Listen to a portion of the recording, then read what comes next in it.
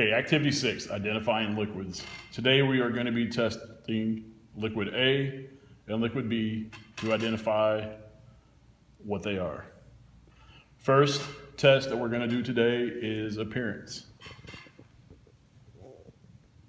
We are looking at the appearance of liquid A and B. We are looking at whether or not they are transparent, translucent, opaque. We are also observing their color. If they have no color, they are considered to be colorless. Also, please look at the thickness of each of the liquids. This is liquid A. This is liquid B. Okay, second test that we are going to do today is whether or not these liquids are miscible in water. So we are going to add 50 drops of water to a vial.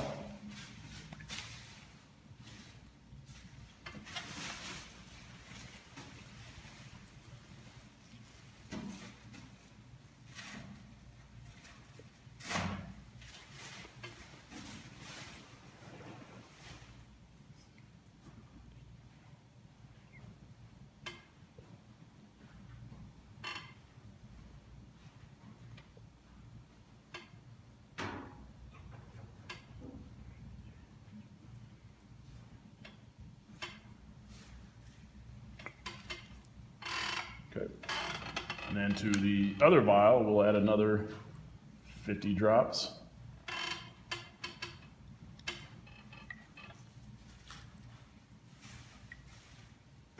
Of water. So I have 50 drops of water in each of the vials. I'm going to take liquid A and place 10 drops of liquid A in one vial.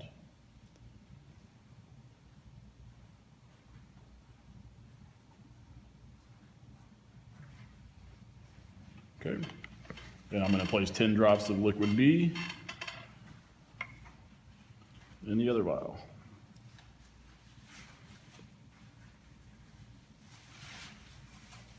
So we're looking to see if they're miscible or non-miscible. Miscible means that they mix. Non-miscible means they do not mix. As you can see, liquid A, at the very top of liquid A, you can see that liquid A is actually on top of the water, so it is non-miscible. Looking at liquid B, it mixes, so it is miscible. In your data table that you have made inside your lab notebook, you'll write for liquid A and B whether they were miscible or not miscible.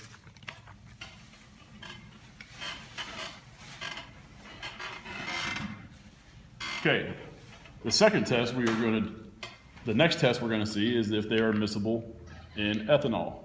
50 drops of ethanol.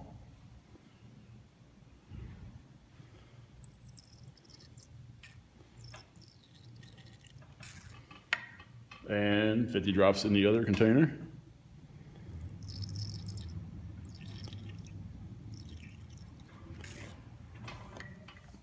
We're going to take 10 drops of liquid A.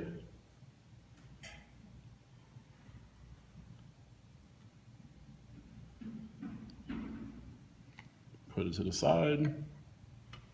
Put 10 drops of liquid B.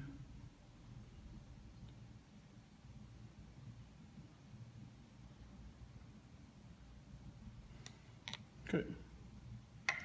So looking at liquid A mixed with the ethanol, you can see that it does not mix. You have a separation of liquids there, so it is non-miscible. And again, if you look at liquid B, they do mix, so we consider this to be miscible. In your data table that you have in your lab notebook, please write either miscible or non-miscible for liquid A and B. Set those off to the side. The next test we're going to test is whether or not these liquids contain water. We are going to use cobalt paper and place it in each of our liquids. If the cobalt paper turns pink, it contains water. If it stays blue, it does not contain water. So liquid A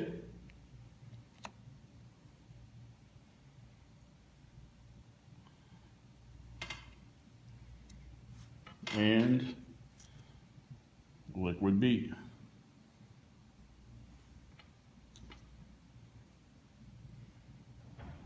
Okay. So if you look at these, the one on the left is liquid A, the one on the right is liquid B. If they turn pink, once again, they do contain water. Please record in your data table, in your lab notebook, whether or not these do contain waters for liquid A or B. Okay, the next test that we're going to perform is whether or not they are corrosive. We're going to take a piece of pH paper and we are going to dip it in each of the solutions, and then we are going to compare it to the chart, our pH chart here. If it is numbers 3 through 11, it is non-corrosive. If it is 1 or less, or 13 or more, it is considered to be corrosive. Liquid A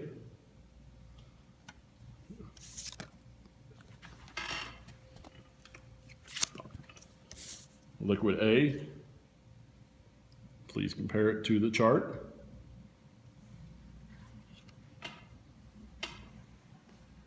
Liquid B, please compare it to the chart.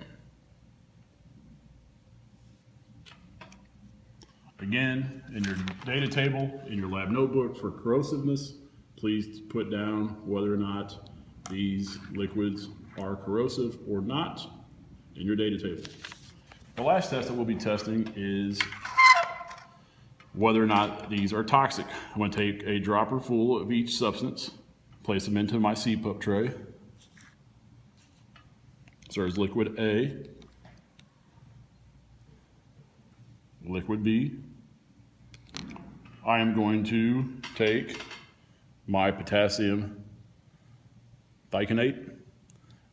If the substance turns red, it is considered to be corrosive. If it does not turn red, it is non-corrosive. I'm sorry, toxic. Okay, let me repeat that. By placing one drop in, if it turns red, it is toxic. If it does not turn red, it is non-toxic. Liquid A. Liquid B.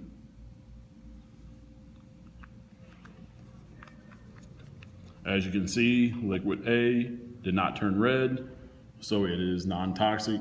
Liquid B did turn red, so it is considered to be toxic. Please write your answer in your data table for whether they're toxic or non-toxic for both liquids. We did do a flame test in class. The flame test showed that liquid A, which is the clear liquid, is slightly flammable. Liquid B is non-flammable.